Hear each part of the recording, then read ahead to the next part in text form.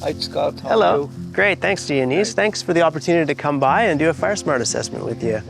Yeah, you have a beautiful house here, and I'd appreciate the opportunity to impart some fire safety knowledge on you. So when we do a Fire Smart assessment, we typically start at the top of the house and work from the roof down, the walls out, and we really pay attention to that immediate zone 1.5 meters around your house to see how the ground near your house relates to the structure itself. I see up top you've got a rooftop sprinkler up there. Yeah.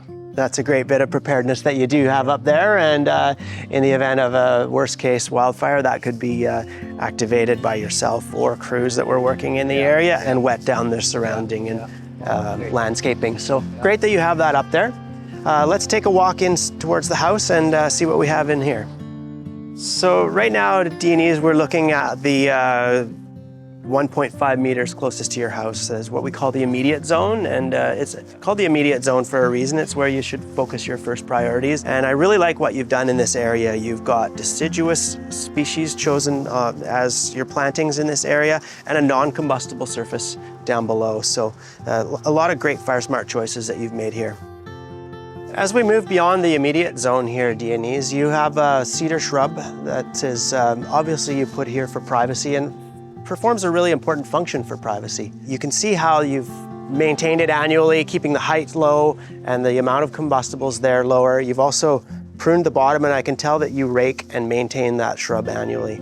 So one of the great features too that you have is that as it moves towards the house, there's a non-combustible break in the continuity of that shrub. So we have a metal gate, and there's no way that if this shrub were engaged in a fire, it would have that physical barrier to stop and prevent the spread to the house. One of the barriers that I think people have when they are considering getting a Fire Smart assessment done is that they fear that we're going to come in with a heavy hand and require them to take out all their trees, and that's absolutely not the case. In an urban environment, a privacy cedar like this performs a very important function. So in this case, what you've done by mitigating it prevents that recommendation for removal. I would never recommend a full removal of an important privacy cedar. Let's make our way around to the south side of the house here and see what we find.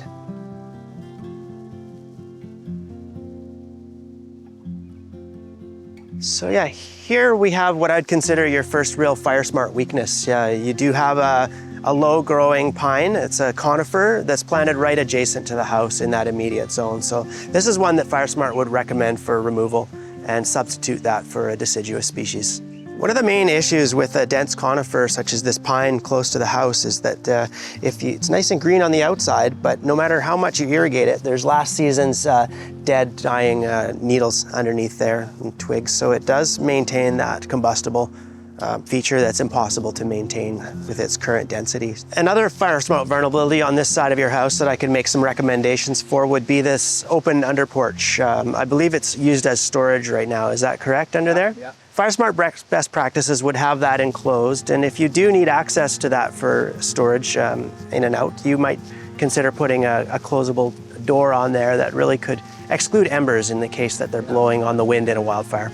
I can see you have a couple other juniper plantings that are within that immediate zone as well, and Fire Smart would recommend the removal since they're in such close proximity to the house. And it looks like you already have a great variety of deciduous species here, so I would suggest by removing the juniper, it would allow those other species just to infill that space.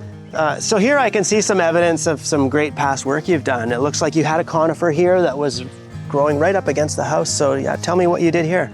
It had dry needles inside. It was hard to maintain the inside of the tree, so I decided to get rid of it because I did see that it will be a big problem. So it benefited you from a maintenance perspective on your house, and as well you've got that additional... But I was kind of worried about fire too. Yeah, and then great to know that you're thinking about the fire safety aspect of it, because a conifer planted this close to the house is likely going to create a problem unless you're going to take steps to mitigate that. And removal, excellent Fire Smart practice. Thank you for the opportunity to come by your house and do a Fire Smart assessment. Our next steps will be I'll be going back to the fire hall and I will do a written evaluation and assessment form that I fill out that gives you an idea of the subjective risk that you might face in a wildfire and allows you to have clear steps that you can take that we've already discussed on scene. Very important to remember that everything that I've talked with you today is a recommendation and a recommendation only. You're free to act on these suggestions, and please be assured that we won't be sharing this with any other entities. This is for the confidence of the homeowner alone, and just to give you the next steps that you can take in your FireSmart journey. In my follow-up email to you, I'll also address the potential for some rebates that might help you in this work that you do.